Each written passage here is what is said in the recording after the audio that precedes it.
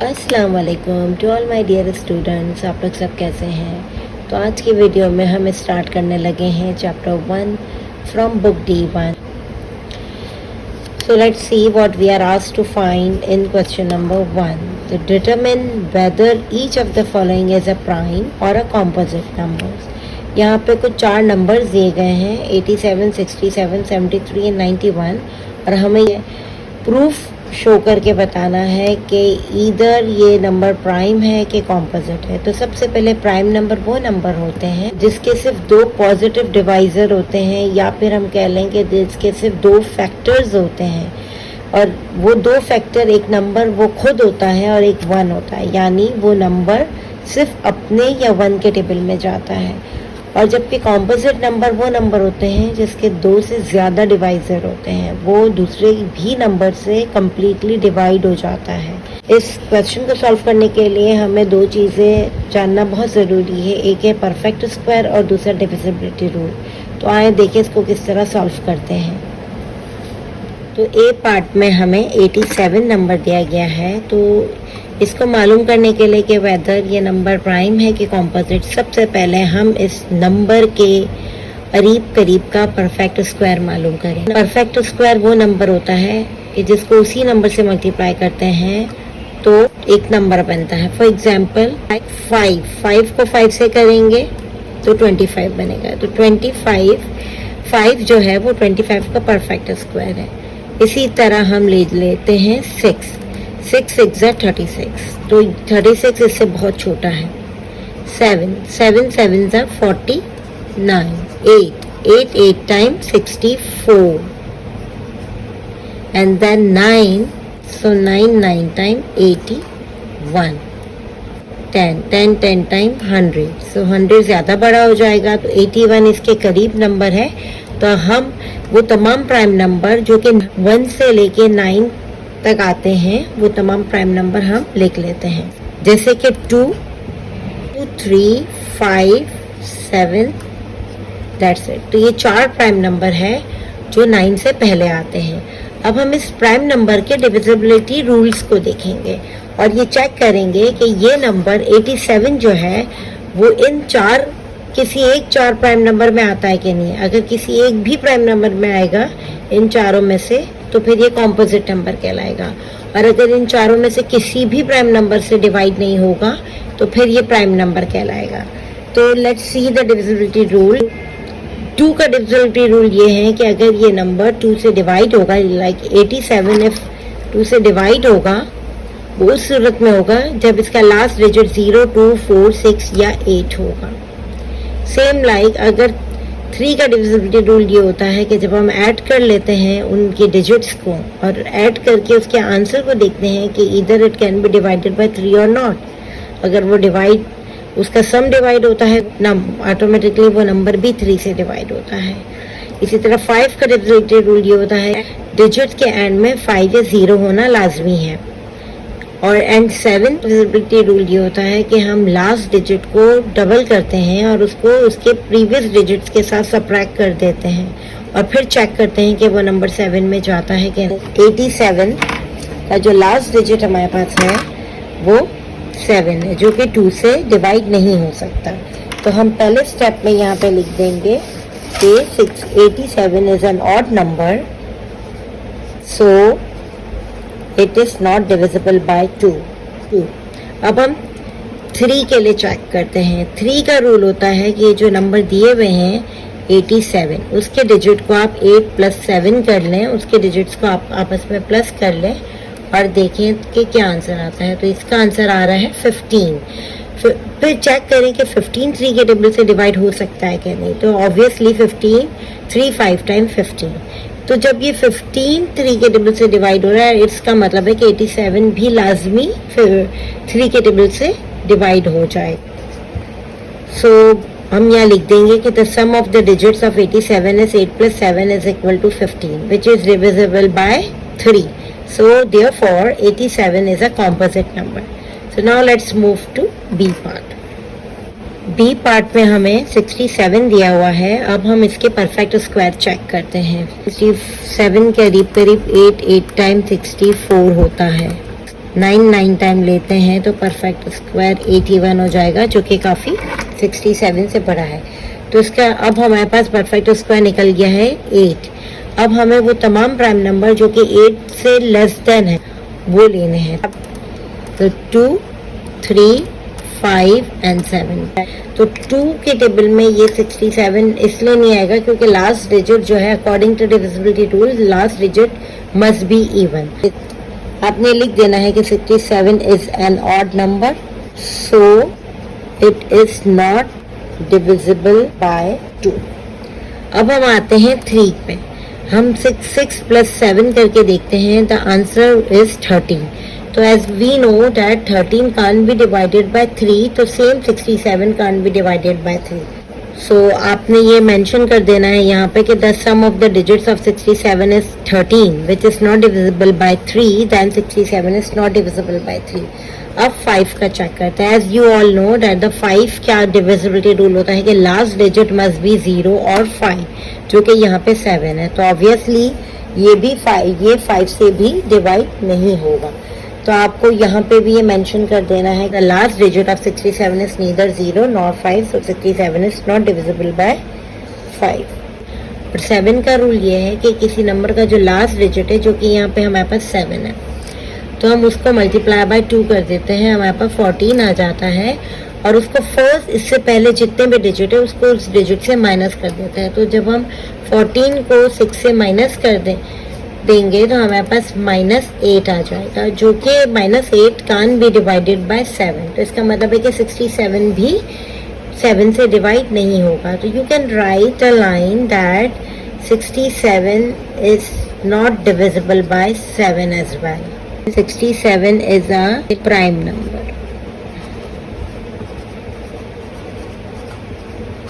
Now let's move to C part. C part में हमें 73 दिया गया है। तो यहाँ पे अगर हम क्लोजली देखें तो 8 ही इसका परफेक्ट स्क्वायर निकल रहा है, जो कि 64 है। और अगर हम 99 का परफेक्ट स्क्वायर लेते हैं तो वो 81 हो जाता है। तो वो तमाम प्राइम नंबर जो कि 8 से स्मॉल है तो वो हम यहाँ पे लिख देंगे। सबसे पहले हैं 2, 3, 5 एंड 7। तो यहाँ पे हमारे पास लास्ट डिजिट 3 है, तो आप यहाँ लिख देंगे कि that 73 is an odd number, so it is not divisible by 2। सो अब हम आते हैं 3 के डिविजिबिलिटी रूल पे, जिसपे 7 प्लस 3 10 है। तो 10 अगर 3 के टेबल से डिवाइड नहीं हो सकता, सो हम यहाँ पे ये भी मेंशन कर देंगे कि the sum of the digits of 73 is 10 that is not divisible by 3। अब हम बढ़ते हैं 5 के रूल की तरफ। 5 का रूल ये कहता है कि लास्ट डिजिट मस्ट बी 0 और 5। So here the last digit of 73 is neither 0 nor 5. So 73 is not divisible by 5. अब हम 7 के रूल की तरफ आते हैं। 7 का रूल ये होता है कि जो लास्ट डिजिट है 3 उसको मल्टीप्लाई कर दें 2 से या ट्वाइस कर दें तो हमारे पास 6 आ जाएगा। और इससे पहले है 7 में से 6 माइनस कर देंगे तो 1 आ जाता है। तो 1 can't be completely divided by 7, so it is also not, so 73 will also not divided by 7। तो यहाँ पे आप ये भी लिख देंगे कि 73 is also not divisible by 7। तो not divisible by 7, so 73 is a prime number. D part में हमें 91 दिया गया है और अगर हम इसके करीब करीब का परफेक्ट स्क्वायर देखें तो हमारे पास अगर 8 का स्क्वायर देखते हैं तो 64 आ रहा है और 9 का स्क्वायर देखते हैं तो 81 आ रहा है और 10 का स्क्वायर देखने से 100 बन रहा है।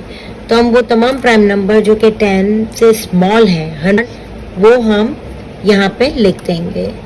2, 3, 5, 7, 8, 9 एंड 10 3 आर कॉम्पोजिट नंबर्स। सो सबसे पहले हम 2 का प्राइम नंबर चेक करते हैं। 91 का जो लास्ट डिजिट है वो जो कि ऑड है तो obviously 91 can't be divisible by 2. So आप यहाँ पे लिख देंगे कि 91 is an odd number, so it is not divisible by 2. अब हम चेक करेंगे 3 से. तो 3 का रूल है कि जो डिजिट्स होते हैं उसका सम निकाल लेते हैं, जो कि 10 आ रहा है. एंड 10 जो है वो 3 के टेबल से डिवाइड नहीं हो सकता. तो यहाँ पे हमें मेंशन करना पड़ेगा sum of the digits of 91 is 10, which is not divisible by 3.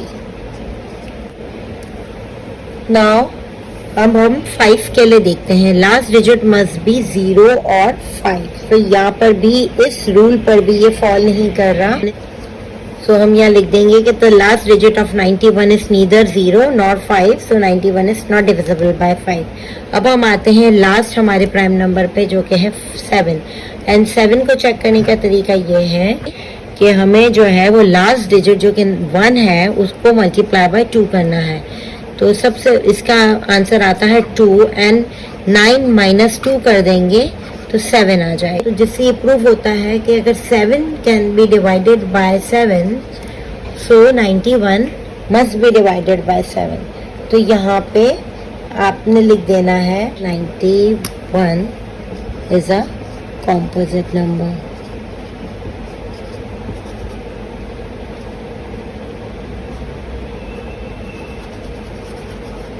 इस क्वेश्चन में we are asked to find the prime factorization of each of the following numbers, leaving your answer in index notation. So prime factorization से मुराद है कि हमें इसके सिर्फ prime factor से उसको डिवाइड करते जाना है और फिर जो आंसर आता है और जितने हमारे पास प्राइम फैक्टर्स आते हैं उसको हमें इंडेक्स नोटेशन में उसके आंसर को शो करना है.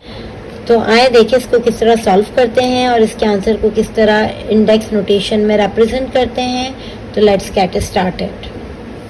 सो इन क्वेश्चन नंबर 2 हमें 2 रिक्वायरमेंट दी गई है. पहली रिक्वायरमेंट है कि हमें प्राइम फैक्टराइजेशन निकालना है और उसके बाद उसके आंसर को जितने भी प्राइम नंबर्स आते हैं तो हमें इंडेक्स नोटेशन में रिप्रेजेंट करना है. तो 72 है, तो हमेशा याद रखिएगा नंबर इन बिटवीन जो बेसिक इन बिटवीन 1 से 11 और 1 से 13 के इन बिटवीन जितने प्राइम नंबर होते हैं आपको याद होने चाहिए सीक्वेंस में. तो मैं यहाँ पे वो तमाम प्राइम नंबर ही लिख देती हूँ, जैसे 2, 3, 5, 7, 11. That's it. एटलीस्ट आपको इस फर्स्ट 5 प्राइम नंबर याद होने चाहिए, तो आप उसकी सीक्वेंस में इसको सॉल्व कर पाएंगे. तो सबसे पहले मैं इसका एलसीएम निकालूंगी 72 का, और वो एलसीएम जो है वो इन सीक्वेंस से चल. तो इसका जो लास्ट डिजिट 2 है जो कि एक इवन नंबर है, तो वी विल स्टार्ट बाय 2. तो हम 2 से इसको डिवाइड करना स्टार्ट करेंगे. 2 time 3 is 6 and 2 time 6 is 12. ये मजीद 2 से डिवाइड हो सकता है, तो 2 1 are 2 and 2 8 time 16. Again it is an even number, so we can divide by 2 to 9 time. अब ये 2 से डिवाइड नहीं होगा और 9 can be easily divide by 3. तो हम 3 3 are 9 and 3 1 are 3. अब चूँकि इसके तमाम प्राइम फैक्टर्स निकल चुके हैं एंड जो कि 72 is equal to 2 multiply by 2 multiply by 2 multiply by 3 multiply by 3. तो अब बात आती है इंडेक्स नोटेशन की. तो ये जो नंबर बार बार रिपीट हो रहे हैं, 3 दफ़ा हमारे पास यहाँ पे 2 जो प्राइम नंबर 2 रिपीट हो रहा है.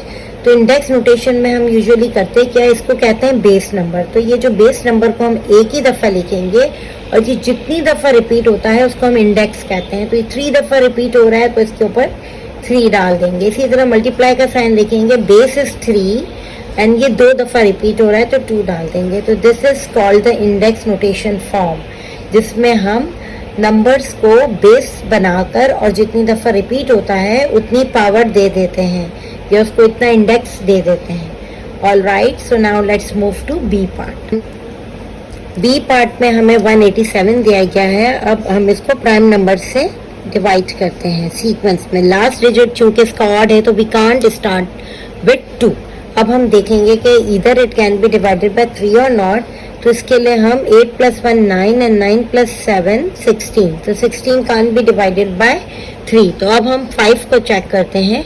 5 जो है उसका रूल होता है कि लास्ट डिजिट मस्ट बी 0 और 5, तो यहाँ पे ऐसी भी कोई स्टोरी नहीं है, तो ये 5 से भी डिवाइड नहीं होगा। Now come to 7। 7 का रूल होता है कि जो लास्ट डिजिट, जैसे 187 का हमारे पास लास्ट डिजिट है 7, तो 7 को हम मल्टीप्लाई बाय 2 करके देखेंगे, उसका आंसर आ रहा है 14। अब इस 14 को हम 18 से माइनस कर देते हैं तो वी विल गेट 4, और चेक करेंगे कि 4 7 से डिवाइड होता है कि नहीं, जो कि बिल्कुल नहीं होता। 87 will not be divided by 7 as well. Now come to 11। 11 का ये होता है कि आप इसको 11 को डिवाइड करके देख लें।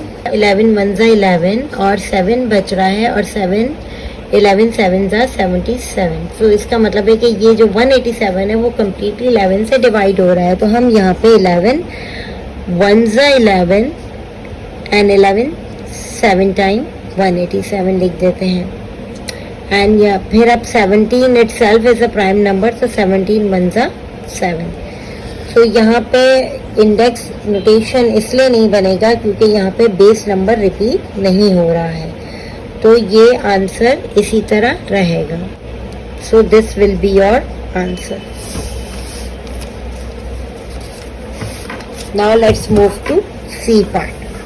सी पार्ट में हमें 336 दिया हुआ है, जिसको हम स्टार्ट करेंगे। चूंकि ये इवन नंबर है इसलिए हम 2 ही ले लेते हैं। 2 1 ज़ा 2, 2 6 ज़ा 12 एंड 2 8 टाइम 16। यहाँ पे भी 2 8 time 16, 2 4 time 8। Again it can be divisible by 2, 2 4 time, 2 2 time, then 2 2 time, 2 1 time। अब हम इसको 3 से चेक करेंगे। 2 + 1 3, so 3 can be divisible by 3, so 21 will also, so 3 times 7 is 21 and then 7 times 1 is। so हमें इस बात का ध्यान रखना है कि यहाँ जो नंबर हम ले रहे हैं वो सिर्फ प्राइम नंबर होने चाहिए। Composite number we can't take because हम प्राइम फैक्टराइजेशन निकाल रहे हैं। तमाम ये प्राइम नंबर सब लाइन से लिख देंगे। 2 multiply by 2 multiply by 2 multiply by 2 multiply by 3 multiply by 7। अब इंडेक्स नोटेशन फॉर्म में आप क्या करेंगे कि जो बेस नंबर है, देखिए 2 है, 2 is repeating 4 times. Base number को एक दफ़ा लिखते हैं और जितनी दफ़ा रिपीट हो रहा है उतना इसका इंडेक्स डाल देते हैं, जो कि 4 है। 3 is only using 3 is only 1 and same like 7 is only 1, so फिर हमारा आंसर इंडेक्स नोटेशन फॉर्म में 2 power 4 multiply by 3 multiply by 7 आ जाएगा। Now let's move to D part. Now in D part है, और जैसे कि लास्ट डिजिट जो है वो इवन या 0 होता है, तो हम 2 से स्टार्ट कर सकते हैं। तो 2 टाइम 3 is 2 1 ज़ा 2 and 2 5 ज़ा 10। अब we will check for 3 + 1 4 and 4 + 5 9, so it means that this can be divisible by 3 as well। so 3 1 ज़ा 3 and 3 0 ज़ा 1 and 3 5 times 15, and then again we will check that 5 + 1 6 होता है, जो कि 3 से होता है, तो हम 3 को ही कंटिन्यू करेंगे। 3 3 ज़ा 9 and 3 5 times 15। अब 5 6 7 8 it can't be divisible by 3 further, so we will check for 5। so the last digit must be 5 or 0 is the condition, is the divisibility rule। so इसका मतलब ये 5 से डिवाइड हो जाएगा। 5 times 7 is and 7 itself is a prime number, तो हम 7 times 1 is करेंगे। तो अब हम इसके तमाम प्राइम नंबर्स लिख देते हैं। 2 multiply by 3 multiply by 3 multiply bye 5 multiply by 7, और इसको इंडेक्स नोटेशन में शो कर देते हैं। 2 चूँकि सिर्फ सिंगल नंबर है इसलिए हम सिर्फ 2 रहने देंगे। ये बेस इसकी 3 ट्वाइस यूज हो रही है, तो बेस 3 एंड ऊपर 2 लिख देंगे। 5 and 7 is also the single prime number, so this is the answer. Question number 3 says find each of the following by using prime factorization। तो यहाँ पे 4 पार्ट्स हैं और चारों पार्ट्स में हमें कुछ 4 डिजिट और 3 डिजिट नंबर स्क्वायर रूट या क्यूब रूट में दिए गए हैं। ए और बी पार्ट स्क्वायर रूट में दिया हुआ है और C and D part cube roots में दिया हुआ है। तो इसको प्राइम फैक्टराइजेशन की मदद से हमें सॉल्व करना है। So let's get started. So question number 3 के ए पार्ट में हमें स्क्वायर रूट में 1764 नंबर दिया गया है और हमें प्राइम फैक्टराइजेशन की हेल्प से इसको फाइंड करके दिखाना है। तो सबसे पहले हम इसका एलसीएम निकालेंगे और उस एलसीएम को निकालने के लिए हम इसको 1764 अंदर लिखते हैं और डिविजिबिलिटी रूल, जो कि मैंने आपसे पहले भी अपनी वीडियोस में इसको डिस्क्राइब किया है, डिविजिबिलिटी रूल आपको समझा है, उसकी मदद से हम इनके प्राइम नंबर्स लेकर सॉल्व करेंगे। तो पहला डिविजिबिलिटी रूल 2 होता है, जिससे पहले तो हम लिस्ट डाउन कर लेते हैं प्राइम नंबर 2, 3, 5, 7, 11, 13, 17। ये इनिशियल एटलीस्ट आप 6 to 8 प्राइम नंबर जो सीक्वेंस में है वो आपको याद होने चाहिए। तो सबसे पहले हम 2 से स्टार्ट करेंगे। 2 इसलिए पिक कर सकते हैं हम क्योंकि ये एक इवन नंबर है। तो हम 2 से स्टार्ट करते हैं। 2 8 टाइम 16, 2 8 टाइम 16, to 4 टाइम 8। अब ये still we have even number in the last digit, so we can continue with the 2 to 4 time, to 4 time, to 1 time। अब ये 2 से मजीद डिवाइड नहीं हो सकता क्योंकि एंड में हमारे पास एक ऑड नंबर आ चुका है। अब हम इसको चेक करेंगे 3 से कि इधर it can be divided by 3 और नॉट। उसके लिए हम क्या करते हैं कि सारे डिजिट्स को ऐड कर देते हैं। 4 4 8 प्लस 1 9। ये 9 जो आंसर आता है वो 3 के टेबल में 3 से डिवाइड हो सकता है कि नहीं? Yes, definitely. सो जब वो 9 3 से डिवाइड हो जाएगा तो ये 441 भी डेफिनेटली 3 से डिवाइड होगा। तो we can take 3 1s are 3 4 time 12 and 3 7 time 21। Still we can check on for the 3 7 8 9 10 11 12 12 can also be divided by 3, so we will keep taking 3 times 4 is 12 and 3 times 9 is 27। Now still 9 10 13। Now when we add 4 plus 9 we will get 13, so 13 can't be divisible by 3, so we can now we need to take another prime number 5। अभी next है 5 का rule होता है कि last digit should be 0 और 5। तो यहाँ पे तो 9 है तो वो 5 से भी डिवाइड नहीं होगा। अब टेक 7, तो 7 टाइम 49 एंड 7 1s are 7। तो इस तरह से जो है वो हमने इसके प्राइम फैक्टर्स निकाल लिए हैं।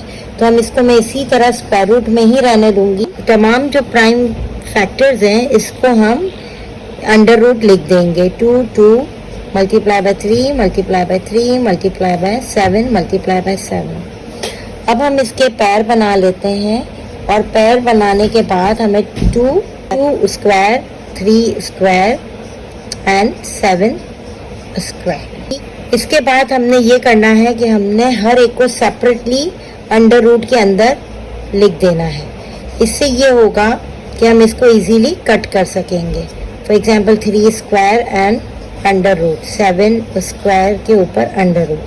अब स्क्वायर है वो हमेशा जो है ये अंडर रूट जो है वो स्क्वायर से कैंसिल हो जाता है, ये रूल है। अब इसके पीछे क्या लॉजिक है? वो ये लॉजिक है कि ये अंडर रूट जो रेडिकल साइन कहते हैं इसका मतलब एक्चुअली 1/2 होता है। ये रेडिकल साइन जो हमारी होती है जो स्क्वायर रूट है इसका मतलब हाफ है। ऑलराइट, तो अगर मैं इसको रेडिकल साइन के बजाय मल्टीप्लाई बाय 1/2 लिखूंगी तो भी ये कैंसिल हो जाएगा, इसलिए सिर्फ 2 बचेगा। इसलिए डायरेक्टली हम इस रेडिकल साइन को, ये जो स्क्वायर रूट के सिंबल को स्क्वायर से कैंसिल कर सकते हैं। तो मैं यहाँ सबको कैंसिल कर रही हूँ और अब हमारे पास 2 मल्टीप्लाई बाय 3 मल्टीप्लाई बाय 7 बच चुका है और जिसको जब मैं मल्टीप्लाई करूँगी 2 टाइम 3 6 एंड 6 टाइम 7 इज 42। तो मेरा आंसर आएगा, तो इसका आंसर आ जाएगा 42। So let's move to B part. B part में हमें स्क्वायर रूट के साथ 576 दिया गया है।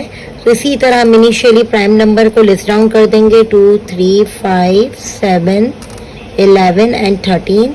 एक अपनी आसानी के लिए इसको लिस्ट डाउन करके रख देते हैं। ये इसलिए हम लिस्ट डाउन करते हैं क्योंकि हमें इसके अलावा किसी नंबर से इसको डिवाइड नहीं करना। और दूसरी बात जो कि बहुत इंपॉर्टेंट है कि हमें सीक्वेंस में जाना है, स्मॉलर टू बिगर। हमें हमेशा स्मॉलर नंबर पहले पिक करना है। तो मैं यहाँ पे 576 का एलसीएम निकाल लूंगी और स्टार्ट करूंगी 2 से क्योंकि लास्ट डिजिट इवन है। तो 2 2s are 4, 2 8 times 16 and 2 8 times 16. Still the last digit is even, so I can continue with the 2 1s are 2, 2 4s are 8, 2 4s are 8. 2 7 times 14, 2 2s are 4.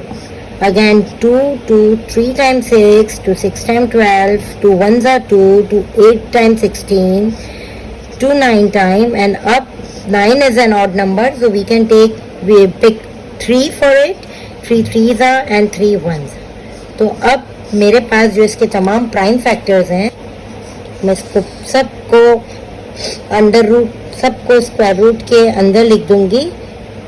2 multiplied by 2 multiplied by 2 multiplied by 2 multiplied by 2 multiplied by 2, 1 2 3 4 5 6, so 1 2 3 4 5 6, and then multiply by 3 multiply by 3. और अब मैं इसको पैर up कर देती हूँ. तो इस तरह मेरे पास 2 के साथ स्क्वायर आ रहा है, फिर 2 के साथ मजीद स्क्वायर आ रहा है, 2 के साथ मजीद स्क्वायर आ रहा है, एंड 3 के साथ स्क्वायर. अब आप एक एक को सेपरेटली स्क्वायर रूट के साथ करके कैंसिल कर दीजिए. Multiply by 2.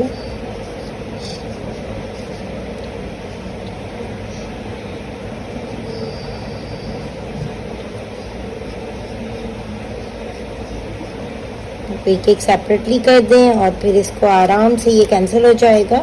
2 को स्क्वायर रूट से कैंसिल कर दें, जैसे कि मैंने पिछले क्वेश्चन में आपको बताया है कि ये इस तरह कैंसिल हो जाता है.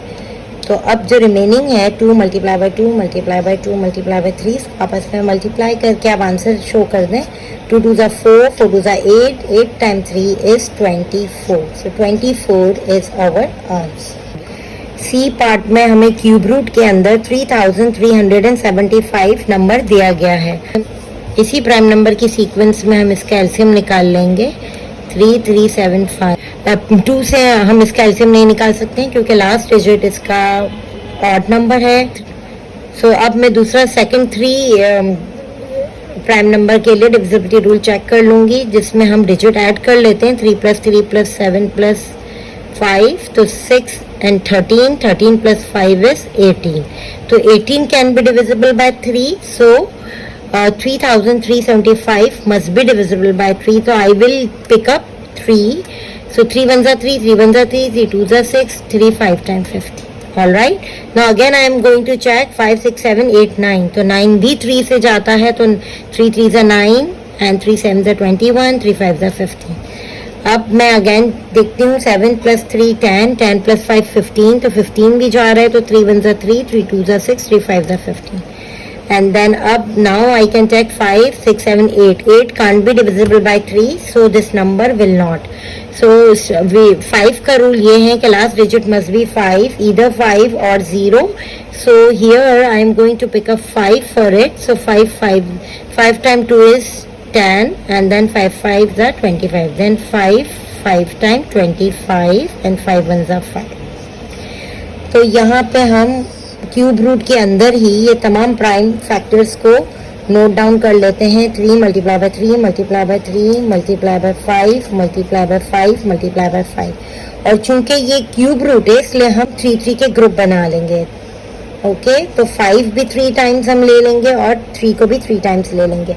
अब 1 टाइम मैं इसको 3 को लिखूंगी और इसके ऊपर क्यूब डाल दूंगी. इसी तरह 5 को 1 लिखकर इसके ऊपर क्यूब डाल दूंगी. अब मैं इजीली इसको सेपरेट करके इसको उससे कैंसिल कर सकती हूँ. आप चाहें तो इस तरह भी लिख सकते हो और आप चाहें तो इसको 1/3 करके भी आप लिख सकते हैं. तो अब ये cube root always be cancelled with the cube. So मैं इसको क्यूब रूट को क्यूब से कैंसिल कर रही हूँ. तो यहाँ पे मेरे पास आ रहा है 3 मल्टीप्लाई बाय 5 जो कि 15 आंसर दे रहा है. So 15 is the final answer. Now let's move to last part, that is D. तो इस डी पार्ट में क्यूब रूट के साथ हमें 1728 है, तो हम इसी तरह इस सबसे पहले इसका एलसीएम निकाल लेते हैं और इन्हीं प्राइम फैक्टर्स की मदद से हम सीक्वेंस में इसका एलसीएम निकालेंगे. ये चूंकि लास्ट डिजिट इसका इवन नंबर है तो हम स्टार्ट कर लेते हैं 2 से. 2 time 8 is 16, 2 time 6 is 12, 2 time 4 is 8. Again I am going to take 2, 2 time 4 is 8, 2 time 3 is 2 time 2 is. Again 2, 2 2s are 4, 2 1s are 2, 2 6 are 12. Then 2 1s are 2, 2 0s are 0, 2 8 times 16. तो we can keep taking 2 until and unless वो last digit odd ना हो जाए. 2 5 time, 2 4 time 8 54, 2 2 are 4, 2 7 time 14. अब last digit is 7, that is an odd number, so we are going to check for the divisibility rule for 3. So when we add them up, 7 plus 2 will be 9, और 9 जो है वो 3 से easily divide हो जाता है, तो इसलिए हम 3 लेंगे. 3 9 time 27, then 3 3s are 9, 3 1s are 3. so यहाँ पे जो है हमारे पास इसके जो सारे फैक्टर्स निकल के आ रहे हैं वो इसी तरह हम क्यूब रूट लिखकर सारे प्राइम फैक्टर्स को हम अंदर डाल देंगे. 2 multiply by 2 multiply by 2 multiply by 2 multiply by 2 multiply by 2, then 3 multiply by 3 multiply by 3. और चूंकि ये क्यूब है इसलिए हम 3 3 के सेट बना लेते हैं. और इसी तरह क्यूब रूट के अंदर 2 को वंस लिखकर क्यूब लिख देते हैं, 2 को वंस लिख के क्यूब लिख देते हैं, और 3 को भी एक दफ़ा लिखकर क्यूब लिखते हैं. अब इसको आप सेपरेटली आप लिखकर और आप चाहें तो इसको मल्टीप्लाई बाय 1/3 भी कर सकते हो, या फिर डायरेक्ट जो है वो क्यूब रूट इसके ऊपर डाल दें. और मैं क्यूब रूट लिख रही हूँ डायरेक्ट, और इसको 2 को भी क्यूब पे लिख दें और 3 को भी आपने क्यूब पे लिखकर क्यूब रूट डाल देना. अब आप इसको कैंसिल कर दें क्योंकि cube root and cube is can be cancelled.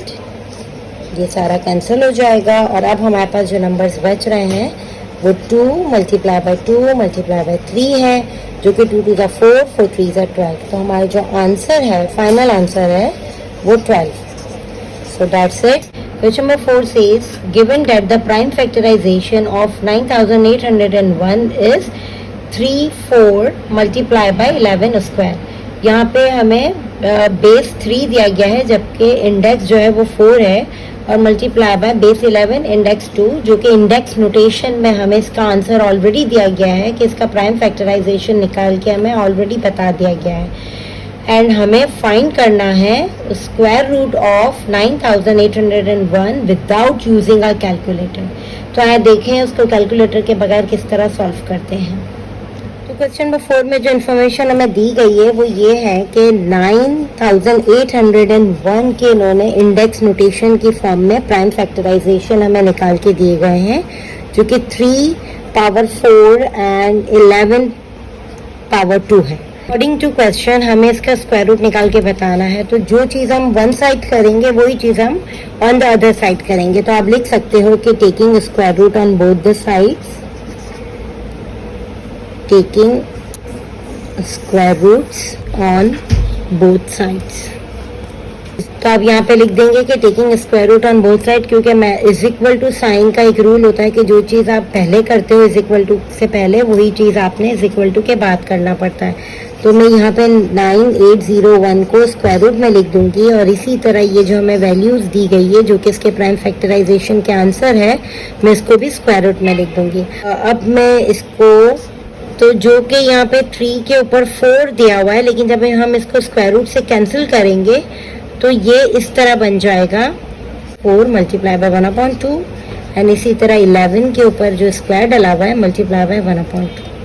अब मैं इसको यहाँ से कैंसिल करूँगी. 2 1s are 2, 2 2s are 4, 2 1s are 2, 2 1s are 2 cancel हो जाएगा. तो यहाँ पे मेरे पास स्टिल स्क्वायर बच रहा है 3 स्क्वायर मल्टीप्लाई बाय 11. और जब हम इसको सॉल्व करेंगे 3 3 are 9 मल्टीप्लाई बाय 11, तो हमारा आंसर जो है वो 99 बनेगा.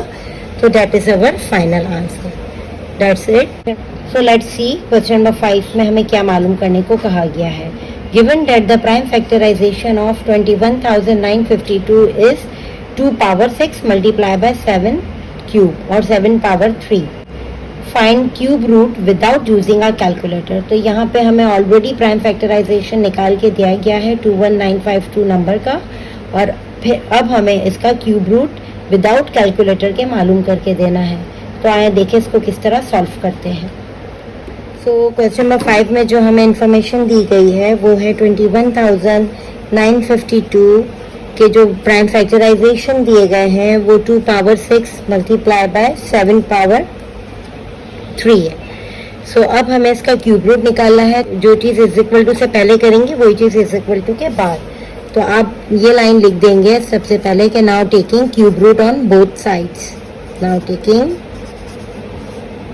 Cube root on both sides.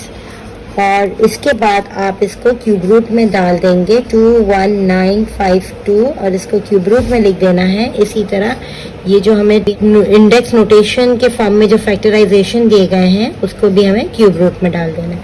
अब हम कैंसलेशन का काम करेंगे, इसको यहीं रहने देंगे 21952 और इसके बाद 2 6 मल्टीप्लाई बाय 1/3 और इसी तरह हम 7 के ऊपर क्यूब अपनी जगह लिखेंगे और मल्टीप्लाई बाय 1/3 कर देते हैं।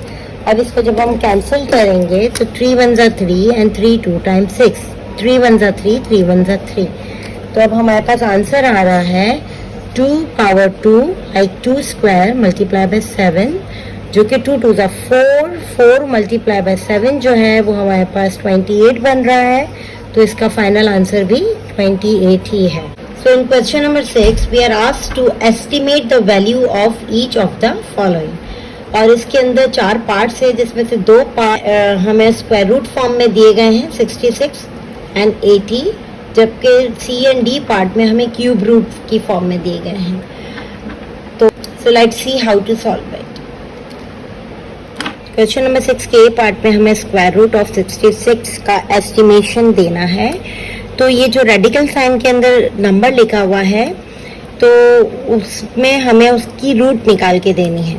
तो इससे पहले सबसे पहले हमें पता होना चाहिए कि स्क्वायर नंबर्स क्या होते हैं। स्क्वायर नंबर वो नंबर होते हैं जब एक नंबर को उसके इटसेल्फ मल्टीप्लाई करते हैं तो जो नंबर का जो आंसर आता है वो स्क्वायर नंबर कहलाता है। फॉर एग्जाम्पल 2 मल्टीप्लाई बाय 2 तो 4, तो 4 will be the square number. Alright, तो हमें ऐसा स्क्वायर नंबर ढूंढना है जो कि 66 के काफी क्लोज हो। ऑलराइट, सो 2 2 ज़ा 4 होता है, 3 3 time 9, 4 4 time 16, 5 5 time 25, 6 6 time 36, 7 7 time 49, 8 8 time 64 and और प्रूफ करने के लिए हम एक और नंबर ले लेते हैं 9 9 टाइम 81। तो अगर हम गौर से देखें तो 64 is very much close to 66। तो हम यहाँ पे लिख देंगे कि 66 is close to 64 which is perfect square. हम यहाँ पे लिख देंगे कि 66 is close to 64 which is perfect square. So this radical sign में आप 66 करेंगे और ये एस्टिमेशन का सिंबल होता है is estimated 64 that is equal to a. जो नंबर हमें रेडिकल साइन में दिया गया है वो जो काफी क्लोज होगा वो नंबर हम एस्टिमेट करके इसका स्क्वायर रूट निकाल के देंगे। तो let's move to B part. B part में हमें स्क्वायर रूट 80 दिया हुआ है। तो अब हम इसका एस्टिमेशन स्क्वायर नंबर निकालेंगे। तो हमें कोई 2 और 3 बेसिक नंबर लेने की जरूरत नहीं है क्योंकि एज वी नो कि उसके नंबर स्क्वायर नंबर्स बहुत स्मॉल होंगे एज कंपेयर टू 80। तो हम डायरेक्ट 8 ले सकते हैं, जैसे 8 multiply by 8 is 64 and 9 multiply by 9 is 81। तो यहाँ पे 81 is very much close to 80। तो अब हमने स्क्वायर नंबर इसका निकाल लिया जो कि 81 है। We can write that 80 is close to 81 which is perfect square है। और 10 हम उसको 80 को एस्टिमेशन के सिंबल के साथ एंड 81 को रेडिकल साइन में लिखेंगे। 80 square root of 80 is estimated as square root of 81 and that is 9. So let's move to C part। C part में हमें क्यूब रूट को एस्टिमेट करके देना है। तो इसी तरह उसको कहते हैं क्यूब नंबर्स हम मालूम करेंगे जो काफ़ी और जो क्यूब नंबर काफ़ी क्लोज होंगे 218 के उसको हम पिक करेंगे। तो cube number and square number में ये डिफरेंस होता है कि क्यूब नंबर थ्राइस मल्टीप्लाई होता है। For example 2 multiply by 2 multiply by 2 तो जब ये 3 दफा मल्टीप्लाई हो जाएगा तो जो आंसर आएगा वो क्यूब नंबर कहलाएगा। 2 2 4, 4 2 8। इसी तरह अगर मैं 4 को 3 टाइम करती हूँ, 4 मल्टीप्लाई बाय 4 मल्टीप्लाई बाय 4, तो मेरा क्यूब नंबर 4 4 16 एंड 16 4 टाइम 64 निकलेगा। 5 5 25, 25 5 125. Now we can take 6. 6 6 36 and 36 6 216. So 216 is very much close to 218. अगर हम 8 ले लेंगे तो वो काफ़ी बड़ा नंबर हो जाएगा, तो हम यहीं पे इसको रोक कर हम लिख देंगे कि 218 is close to 216, which is perfect cube. हम ये लिख देंगे कि 218 is close to 216, which is perfect cube. thus radical sign आप लगा लें, इसके ऊपर क्यूब लिखते हैं एंड 218 एंड ये एस्टिमेशन का सिंबल है, उसको 216 के फॉर्म में लिख दें और यहाँ पे आपने 6 आंसर लिख देना है। Now let's move. ओके, ये सी पार्ट था।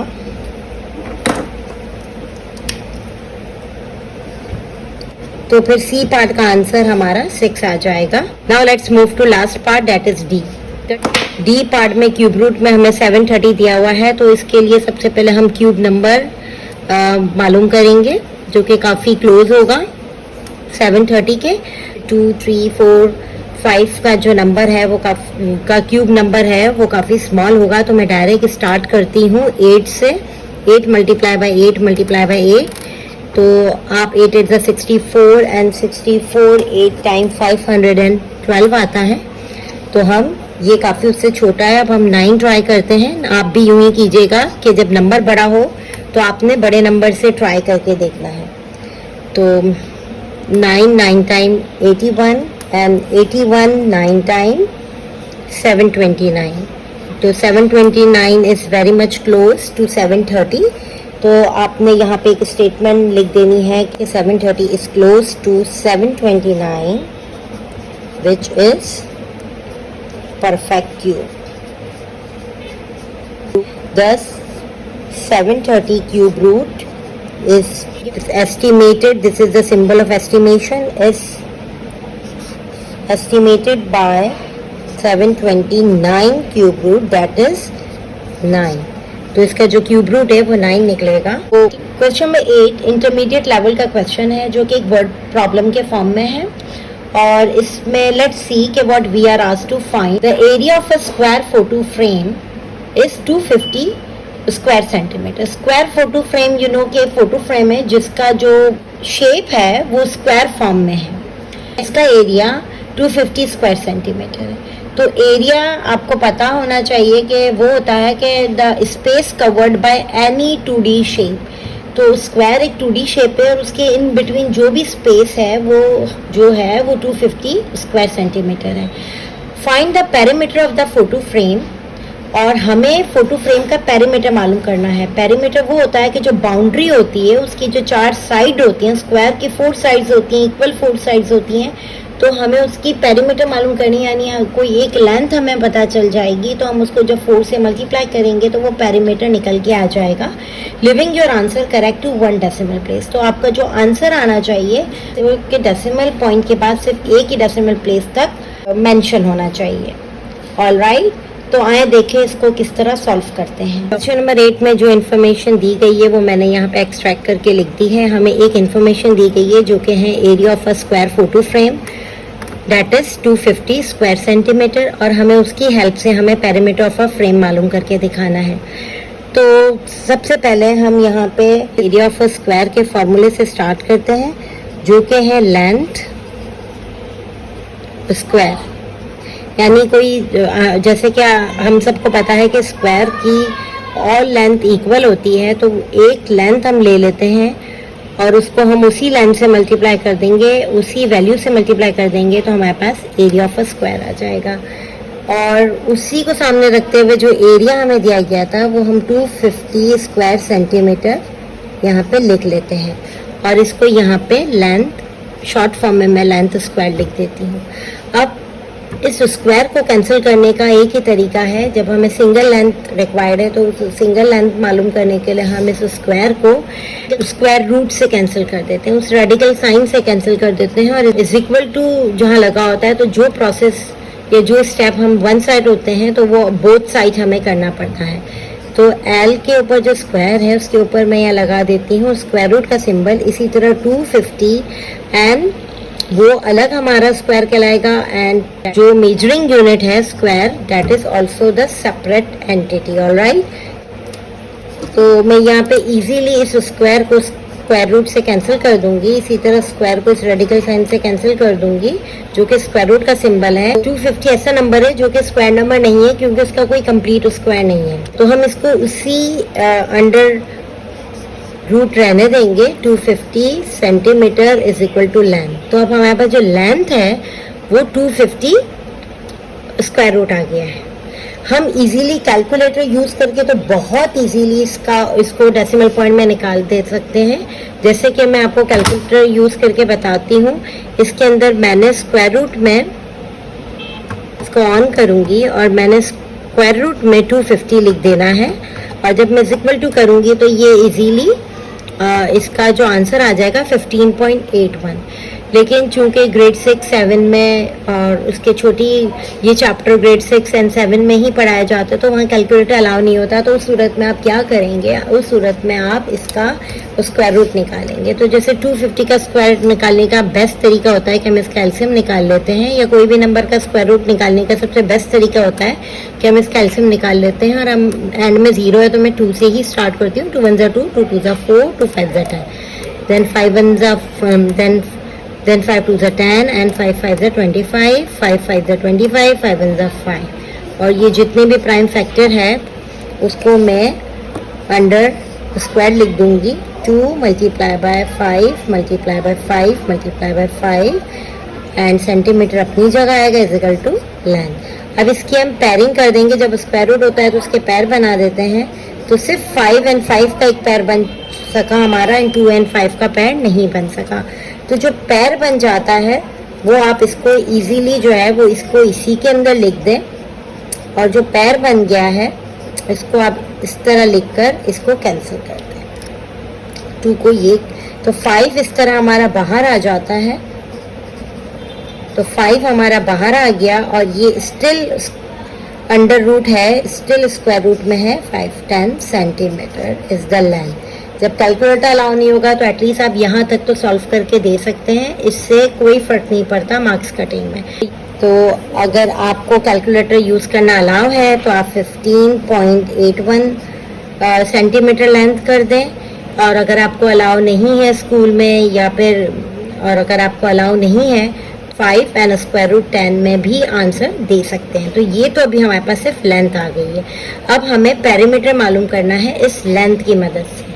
तो पेरीमीटर के लिए आप जो कि लेंथ सॉल्यूशन के बाद हमारे पास निकली है, दोनों फॉर्म में मैं आपको करके बताती हूँ, विदाउट कैलकुलेटर एंड कैलकुलेटर।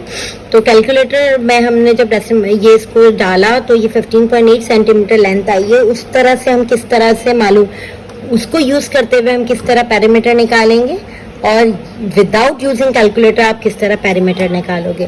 तो पेरीमीटर का जो फॉर्मूला होता है वो हमारा होता है 4 मल्टीप्लाई बाय लेंथ।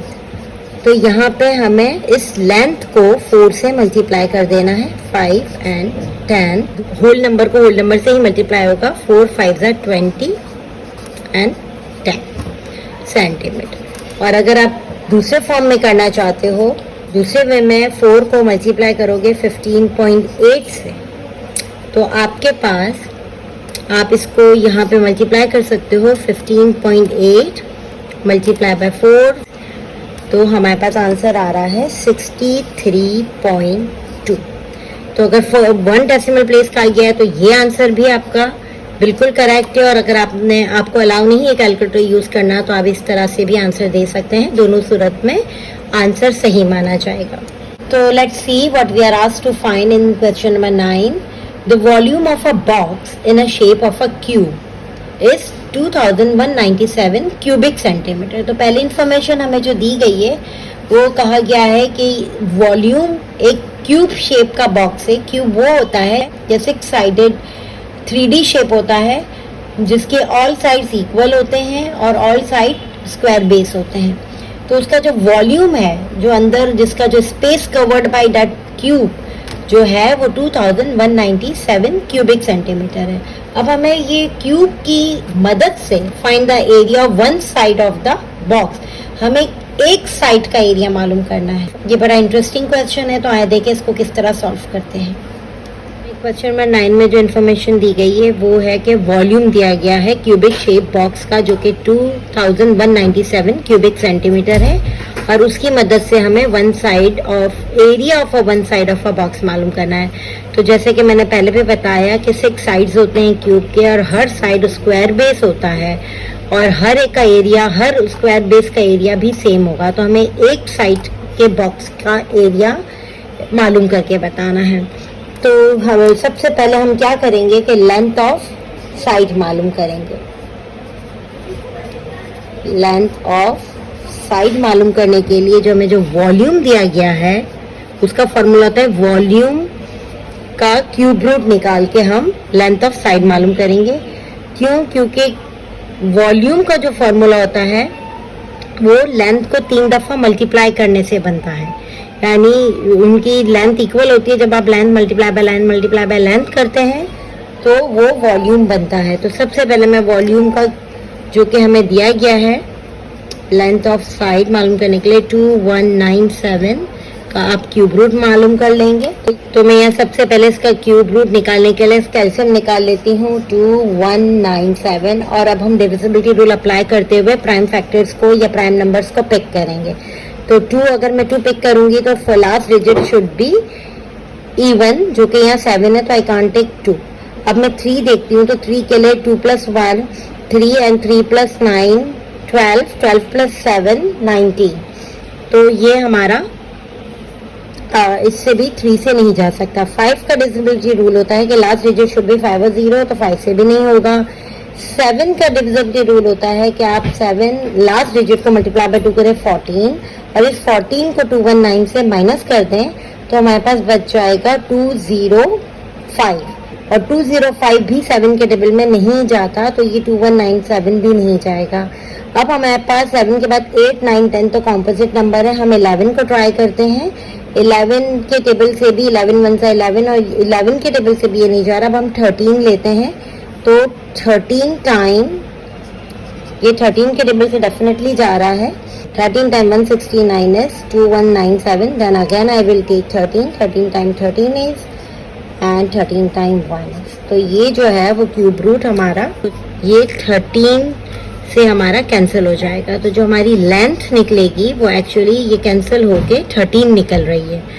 तो अवर लेंथ इज ये जो लेंथ निकलेगी वो एक्चुअली हमारी 13 सेंटीमीटर निकल रही है। ऑलराइट, तो यहाँ पे जैसे कि इसके साथ भी क्यूब रूट अटैच था तो ये भी जो है वो कैंसिल हो जाएगा। तो लेंथ हमारी 13 सेंटीमीटर आ गई है।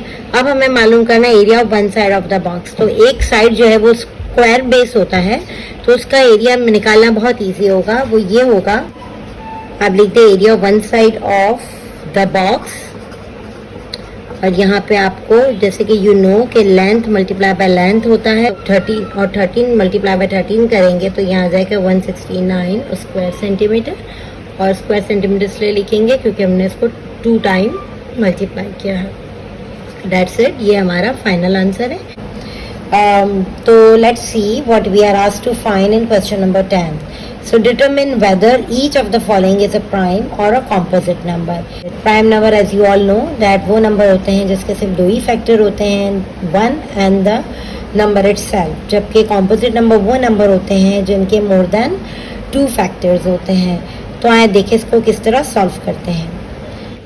क्वेश्चन नंबर 10 के पार्ट ए में हमें 667 नंबर दिया गया है जिसे हमें डिटरमिन करना है कि whether it is a prime or a composite। तो सबसे पहले हम डिविजिबिलिटी रूल को फॉलो करते हुए हम 2 के टेबल से चेक करेंगे कि whether it can be divided और नॉट। लास्ट डिजिट जो कि ऑड नंबर में है तो इसका मतलब है कि it can't be divisible by 2।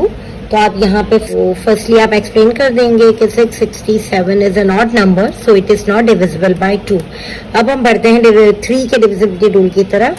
3 के लिए हमें चेक करना पड़ता है, हमें ऐड करना पड़ता है 6 + 6 12 and 12 + 7 19, so that can't be divisible by 3। तो इसका मतलब है कि ये 667 भी 3 के टेबल से डिवाइड नहीं हो सकता। तो इसके लिए भी आप लिख देंगे कि the sum of the digits of 667 is 19 which is not divisible by 3। Therefore 667 is not divisible by 3। Alright, अब हम आते हैं 5 के रूल की तरफ। 5 का डिविजिबिलिटी रूल ये कहता है कि लास्ट डिजिट शुड बी 5 और 0। यहाँ पे हमारे पास लास्ट डिजिट 7 है, तो ये भी यहाँ पे 5 से भी ये नंबर डिवाइड नहीं हो सकता। तो आप यहाँ पे लिख देंगे कि the last digit of 667 is neither 0 और 5, सो 667 इज नॉट डिविजिबल बाय 5। अब ऐसा कोई नंबर जो कि ना 2 में जाता हो, ना 3 में जाता हो, ना 5 में जाता हो, और 7 चेक करने से आप 7 + 7 करके 14 एंड 66 से माइनस कर देंगे 14, तो आपके पास 54 आ जाएगा। तो 54 can't be divisible by 7 as well. तो जब इन द केस जब नंबर बहुत कॉम्प्लिकेटेड हो और जब डिफरेंट हो तो ये एडवाइस किया जाता है, it is advisable to use calculator. So यहाँ पे आप अपनी ही बुक के पेज नंबर एक टिप दी गई है पेज नंबर 13 में हमें टू टेस्ट वेदर, मैं लास्ट की 4th लास्ट लाइन से मैं पढ़ूंगी, to test whether the number is, और यहाँ पे उन्होंने एक नंबर को एग्जाम्पल बना के बताया क्या है कि 997 is divisible by prime numbers more than 5, it is advisable to use a calculator. लेकिन बात यह है कि समटाइम हमें किसी स्कूल्स में, किसी इंस्टीट्यूशन में कैलकुलेटर यूज़ करना अलाउ नहीं है, तो उस सूरत में एक छोटी सी टेक्निक है कि आप उस नंबर को इजीली डिवाइड कर करके आप देख सकते हो कि whether it can be divided और नॉट। तो यहाँ पे मैं इस नंबर को डिवाइड कर रही हूँ 23 से। तो जब मैं इसको 23 से डिवाइड करूँगी 667 को, तो 23 × 2 इज़ 46, और यहाँ पे मेरे पास 20 बच रहा है, देन 7 एंड 23 9 टाइम मेरे पास 207 आ रहा है। तो इसका मतलब है कि ये नंबर 23 से इजीली डिवाइड हो रहा है। तो we can write that 667 is divisible by prime factor 23, divisible by 23, so 667 is a composite number। तो let's move to B part। B part में हमें 677 नंबर दिया गया है, तो पहले 2 से चेक करती हूँ। तो the last digit is an odd number, so it is not divisible by 2। तो यहाँ आप मेंशन कर दें कि 7 is an odd number, so it is not divisible by 2। Now move to the divisibility rule for 3। तो 3 के लिए हम ऐड कर देंगे 14 and 6 will be 20, so 20 can't be divisible by 3, so you can also write that the sum of the digit of 677 is 20, that is not divisible by 3, therefore 677 is not divisible by 3। अब हम check करेंगे 5 के rule को, last digit must be 0 or 5, so last digit is 7, so also it can't be divisible by 5, so we can write the last digit of 677 is neither 0 nor 5, so 677 is not divisible by 5। अब हम बढ़ते हैं 7 के rule की तरफ। 7 के rule के लिए हम लास्ट डिजिट को हम मल्टीप्लाई बाय 2 करेंगे, वी विल गेट 14, एंड 14 को जब हम 67 से माइनस करेंगे तो 33 आएगा। That is not divisible by 7, तो 677 is also not divisible by 7।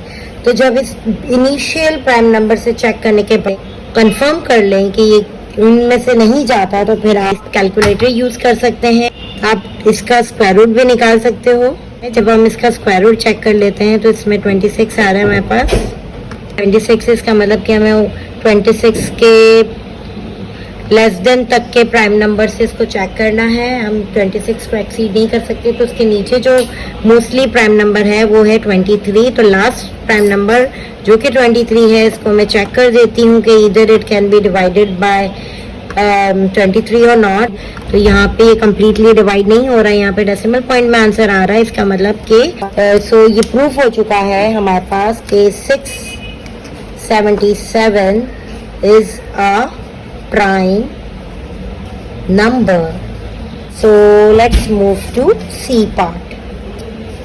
C part में हमारे पास 2021 नंबर है। तो सबसे पहले मैं 2021 का स्क्वायर रूट निकालूंगी। इससे मुझे आइडिया हो जाएगा कि मुझे किस लिमिट तक प्राइम नंबर को चेक करना है। सबसे पहले मैं लिखती हूँ स्क्वायर रूट 2021 और इसको मैं चेक कर लेती हूँ। तो यहाँ पे मैक्सिमम जो है वो 44 आ रहा है मेरे पास, 44.95 आ रहा है। इसका मतलब ऐसा प्राइम नंबर जो कि 44 के क्वाइट क्लोज है, तो उस प्राइम नंबर तक मैं चेक कर सकती हूँ कि इधर इट कैन बी डिवाइडेड और नॉट। तो यहाँ पे 43 जो है वो ऐसा प्राइम नंबर है जिससे हम चेक कर सकते हैं कि इधर this can be divided bye it और नॉट। और ये 43 तक के प्राइम नंबर्स में किसी के साथ भी डिविजिबल हो गया तो इसका मतलब है कि ये हमारा कॉम्पोजिट नंबर है। तो लेट्स गेट स्टार्टेड। तो सबसे पहले हम बेसिक नंबर को देख लेते हैं। लास्ट में 1 डिजिट है तो it can't be divisible by 2। Then we can add on 2 + 2 + 1, so it is 5. 5 is also not divisible by 3, so this number can't be divisible by 3. Now come to 5 rule. The last digit is 1. So the rule for 5 is the last digit should be 0, either 0 or 5. तो it is also not divisible by 5. तो अब हम move करेंगे, direct हम 43 पे move करेंगे और हम इसको कैलकुलेटर से ही डिवाइड करके देखते हैं कि इधर it can be divided bye 43 और नॉट। तो 2021 को हम जब डिवाइड करते हैं 43 से तो it can be completely divided by 43, that is 47। तो आप लिख सकते हो कि 2021 is divisible by 43, therefore it is a prime number. Now let's move to D part. D part में भी हमें 4 डिजिट नंबर दिया गया है जो कि 2027 है। तो सबसे पहले मैं इस 2027 का स्क्वायर रूट निकाल लेती हूँ, जिससे मुझे ये डिटरमिन हो जाएगा कि कहाँ तक के प्राइम नंबर्स को मुझे चेक करना है कि ये इधर it can be divided by that particular number और नॉट। तो सबसे पहले मैं स्क्वायर रूट को प्रेस करती हूँ और उसके अंदर 2027 लिखकर और मैं इसका निकालती हूँ तो 45। तो वही 45 टिल 45 के लेस देन का प्राइम नंबर या अब मैं इसको 45 से पहले के प्राइम नंबर तक चेक करूँगी जो कि 43 है। तो अब मैं चेक करने लगी हूँ कि 2027 डिवाइडेड बाय 43। तो चेक करने से ये पता चल रहा है कि ये इससे कम डिवाइड नहीं हो रहा क्योंकि ये डेसिमल पॉइंट में आंसर दे रहा है। 41 से अब हम डिवाइड करके देखते हैं। 2027 डिवाइडेड बाय 41। तो यहाँ पे भी हमारे पास डेसिमल नंबर्स आ रहे हैं, कंप्लीट होल नंबर नहीं आ रहा। So we can write that 2027 is a prime number because it has only 2 factors, 1 and 2027 itself. That's it. In question number 11, we are given if P and Q are whole numbers such that P multiplied by Q is 37. Find the value of P plus Q. Explain your answer.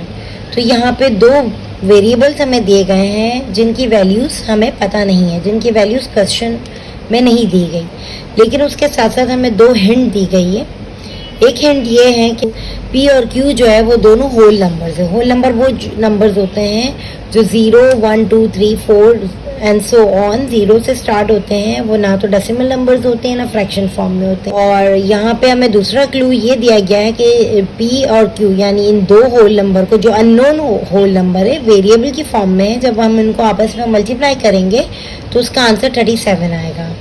तो 37 जो number दिया गया है वो actually prime number होता है। तो prime number वो नंबर होते हैं जिसके सिर्फ दो ही फैक्टर होते हैं, जो सिर्फ 1 और अपने ही नंबर से डिवाइड होते हैं।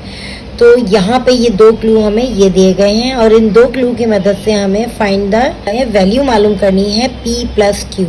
और ये वैल्यू हम उसी सूरत में मालूम कर सकेंगे जब हमें P और Q दोनों की वैल्यू मालूम होगी। तो जब हम उनकी वैल्यू को ऐड करके आंसर देंगे और उसको एक्सप्लेन भी करके बताना है। एक्सप्लेन योर आंसर यानी कुछ डिस्क्रिप्टिव फॉर्म में भी इस सॉल्यूशन में हमें एक्सप्लेन करना है कि हमने किस तरह से P और Q की वैल्यू निकाली है और किस तरह से हमने P और Q को ऐड करके आंसर शो किया है। तो आइए देखें इसको किस तरह सॉल्व करते हैं। तो इस क्वेश्चन में हमें एक इक्वेशन दिया गया है P multiply by Q is equal to 37 और इस इक्वेशन की मदद से हमें P प्लस Q की वैल्यू मालूम करके बतानी है। और इसकी वैल्यू P प्लस Q की वैल्यू मालूम करने के लिए ये लाजिम है कि हम P और Q की सेपरेट वैल्यूज मालूम करें। एक और हिंट इस इक्वेशन में हमें दी गई है जो कि है 37 और इसी 37 जो कि एक प्राइम नंबर है उसी को हम बेस बना के हम यहाँ एक्सप्लेन करेंगे और हम यहाँ लॉजिक देंगे अपनी। Since 37 is a prime number so the only factors of 37 are 1 and 37 और यहाँ पे हम लिख देंगे कि the values of P और Q is 1 और 37। इससे कोई फर्क नहीं पड़ता कि P की वैल्यू 1 है या Q की वैल्यू 1 है या P की वैल्यू 37 है या Q की वैल्यू 37 है। हमें सिर्फ वैल्यूज बतानी है कि द वैल्यू ऑफ P और Q इज 1 और इधर P की वैल्यू 1 हो सकती है, Q की 37, इधर P की 37 एंड Q की 1। तो हम उसके बाद जो हमें मालूम करने को दिया गया है कि the value of P plus Q, हमें ये कंबाइन करके मालूम करने का दिया गया। Value of P plus Q is 1 plus 37 जो कि बनता है 38। So that is our answer. यहाँ पे हम लिख सकते हैं the value of P plus Q is equal to 38। So let's see what we are given in question number 12। If n is a whole number such that n multiplied by n plus 42 is a prime number, find the prime number, explain your answer। तो यहाँ पे हमें जो दिया गया है कि whole number वो नंबर्स होते हैं जो कि 0, 1, 2, 3, 4, 5 सो ऑन इन्फिनिटी इस तरह के नंबर होते हैं जो 0 से स्टार्ट होते हैं। वो ना तो डेसिमल नंबर होते हैं ना फ्रैक्शन फॉर्म में होते हैं। तो हमें दो हिंट दी गई है। एक हिंट ये कि n जो है वो होल नंबर है यहाँ पे, और दूसरी हिंट है कि ये जो एक्सप्रेशन बना के दी गई है जब इसको हम मल्टीप्लाई करेंगे तो उसका जो आंसर होगा वो प्राइम नंबर में निकलेगा। तो हमें यहाँ पे, और प्राइम नंबर वो नंबर होते हैं जिसके सिर्फ दो फैक्टर होते हैं, एक 1 और एक नंबर इटसेल्फ। तो यहाँ पे हमें ये दो हिंट की मदद से हमें नंबर मालूम करके ना एक्सप्लेन योर आंसर और एक्सप्लेन भी करना है और हमें वो प्राइम नंबर मालूम करके देना है। तो यहाँ पे सॉल्व करने से पहले मैं बताती चलूँ कि उस वक्त तक इस एक्सप्रेशन का आंसर नहीं निकलेगा जब तक हमें n की वैल्यू नहीं मालूम होगी। तो आए देखें इसको किस तरह सॉल्व करते हैं। हमें जो एक्सप्रेशन दी गई है वो ये है कि n multiply by n plus 42 is a prime number. तो यहाँ पे ये जो बहुत बड़ी हिंट है कि प्राइम नंबर है, तो जैसे कि हमें पता होता है कि जो प्राइम नंबर है उसके सिर्फ दो ही फैक्टर है, 1 एंड द नंबर इटसेल्फ। तो अगर हम इसको 1, इसके दो फैक्टर लेते हैं, 1 और एक और फैक्टर जो कि अभी हमें नहीं पता, लेकिन इस हिंट के साथ कि since n multiply and n plus 42 is a prime number, so then n and जब इस एक्सप्रेशन को ब्रेक करके देखेंगे then n and n plus 42 are its only two factors, are its only two factors. तो जब n एक factor obviously 1 होगा तो आपने यहाँ लिख देना है कि since 1 has to be then n is equal to 1। तो 1 तो अब हम इजीली यही एक्सप्रेशन को दोबारा से कॉपी डाउन कर लेते हैं, n multiply by n plus 42 और सेकेंड फैक्टर है n प्लस 42। ये तो 1 नहीं हो सकता क्योंकि 42 में हम कुछ और भी ऐड करेंगे, ग्रेटर देन 1 होगा, तो इसलिए हम n को ही 1 कंसिडर करेंगे और लिख देंगे 1 मल्टीप्लाई बाय, यहाँ चूंकि n की वैल्यू 1 हम कंसिडर कर रहे हैं तो ये n जहाँ जहाँ यूज होगा वह 1 लिख देंगे, 1 plus 42. So 1 multiplied by 1 plus 42 will be 43 and final answer will be 43. So as you all know that 43 itself is a prime number. तो यहाँ हमने explain कर दिया है कि 43 also a whole number और हमने ये फाइंड करके बता दिया है कि 43 is the value of n multiplied by n plus 42. तो दैट्स इट। आई होप आपको ये क्वेश्चन अच्छी तरह समझ आ गया होगा। इंशाल्लाह अगली वीडियो में फिर मुलाकात होगी। जब तक के लिए कीप लर्निंग, कीप प्रैक्टिसिंग। अल्लाह हाफिज़। Thank you for watching.